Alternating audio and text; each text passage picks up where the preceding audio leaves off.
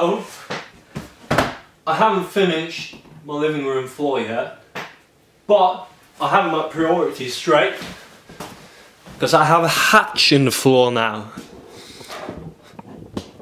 where I have my laboratory.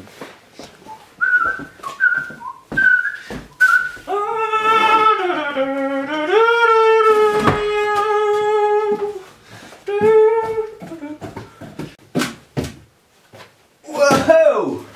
Alright, so I made ventures, got some help from my dad, quite supportive. Let's see what we have. Yeah, let's start with electronics and stuff. Some capacitors, always fun. Variac, hidden away a tiny power supply, soldering iron, various components and stuff like that. Let's have a bit of a closer look over here. So, grown-up power supply, baby power supply, also if I ever need a shave. Oscilloscope, sort of a classic. I think it's like one of the early Tektronix oscilloscope that actually has digital sampling. Frequency counter, signal generator, and further on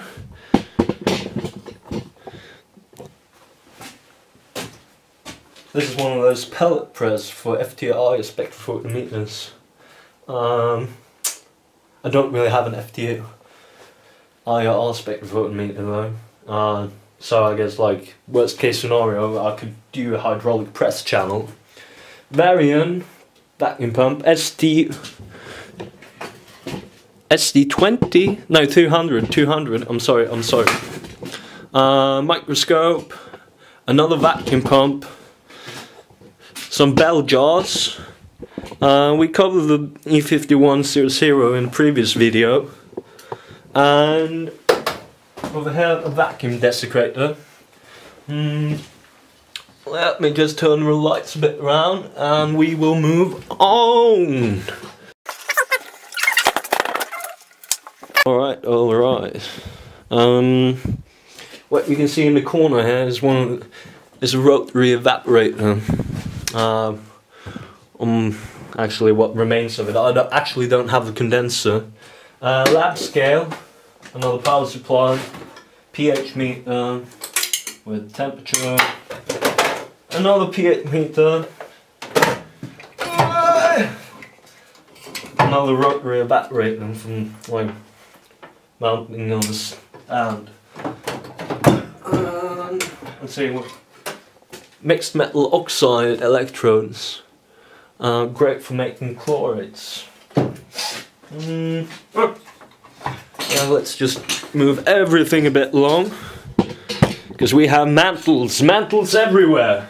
2 litre, half a litre, 1 litre that I made myself that gets a bit too hot in certain spots and sort of I don't like using it for like volatile stuff. Further on we have a mortar, lab jack, going up, and I also have one of those flask shaker, not stirred. Turning down towards the floor, a Paragon high fire kiln.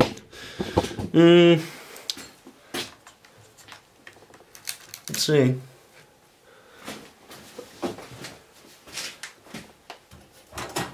It's roomy enough, works for most purposes. Right here, this whole box is just full of glassware. Chemicals, and yeah. Over here we have a duo. glass blowing torch, National 3A for those that wonder. I use it with propane and just compressed air. Works fairly well. You can do some boro, not too thick. Let's see. And we have another duo, air, oxygen. Oh yeah, this song, you've probably seen it in another video. If you actually watch the other videos then. Let's see, more chemicals, concrete. Let's go back to the vacuum stuff. I have some stuff laying underneath as well. Turning the lights around. And yeah. Dun -dun. There's one of those cascade coolers, liquid coolers. So this is the cold thing, it turns cold. Yeah, like, there's something wrong with the gas mixture. I haven't really figured it out. So it doesn't really go all that far down, like minus 40 centigrade, something like that. Yeah. Here's a diffusion pump.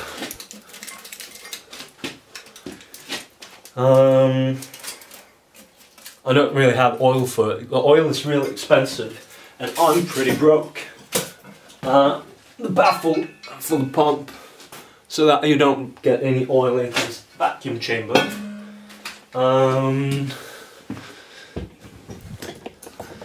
Yeah, there's a bunch of vacuum stuff in this bin.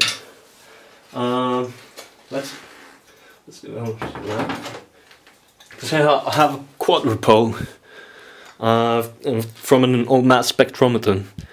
For those that are not familiar with the quadrupoles, these oscillate in voltage, and let's see. So you have an ion gun, and the ions will come out here. You feed whatever gas you're going to test inside of it, and it gets ionized. Ionized gas starts traveling down, and you have, this is a variable capacitor. Let's see if we can make it slide. So yeah, you can, if you can see the plates, you can see that it sort of changes the capacitance as the plates are overlapping. You'll find these in old radios as well, and this would be hooked up to an inductor to make an LC circuit, and the LC circuit would oscillate these in a particular pattern so that when an ion travels down the tube, only ions of a certain mass will get through the hole on the other side, and then you put the Faraday cup on the end. Let's see. Is there anything more interesting? Turning around. Oh, wait. I actually have something cool right here. Because this... Can this thing focus? It's not that easy to see, but this used to be part of superconducting wires at the Large Hadron Collider. Oh yeah, so you can see that there's a lot of like tiny copper strands, and if we try to look in the... Yeah, you can't really see it. Focus, you fuck! Yeah, so you see a lot of tiny strands, and there's niobium tin wire, if I'm not mistaken, inside of it. Like, there's thousands of tiny strands, and that is in because it changes direction a lot, and the high switching frequency causes skin effects. Let's see what more we have. Let me just turn the lights a bit. Oh, yeah. Right here. let's just call this part 3 because I lost all the video. This is the PH meter I made. Not all that functional, to be honest. I cheaped out on the Arduino. Don't buy cheap Chinese Arduinos. They will get fucked eventually. Oh, this thing's pretty cool. So, it's a 3D printed robot arm, seemingly broken. I designed it myself, so I can put it out if anyone wants it. It uses differentials. There's the 28 BGA, BYJ48 stepper motors. You need to convert these to bipolar engineer motors, and then you just use T2 belts in order to have like this thing move. So it's 4 axes of freedom. Is there anything more cool? 3D printer stuff. Oh, this is actually sort of cool. An X-ray cassette. So yeah, this is fluorescent film. So you would put your photographic film inside of it, break your leg, take the picture across, and it will fluoresce and expose the film.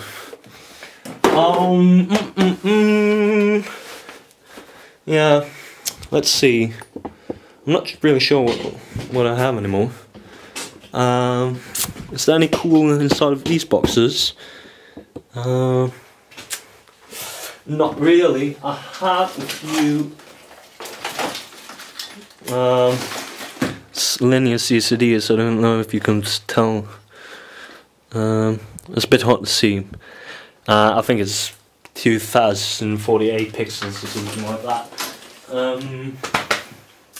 Other than that, I think that's pretty much it.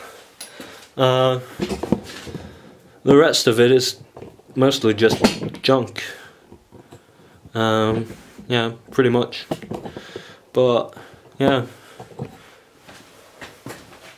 I guess thanks for watching.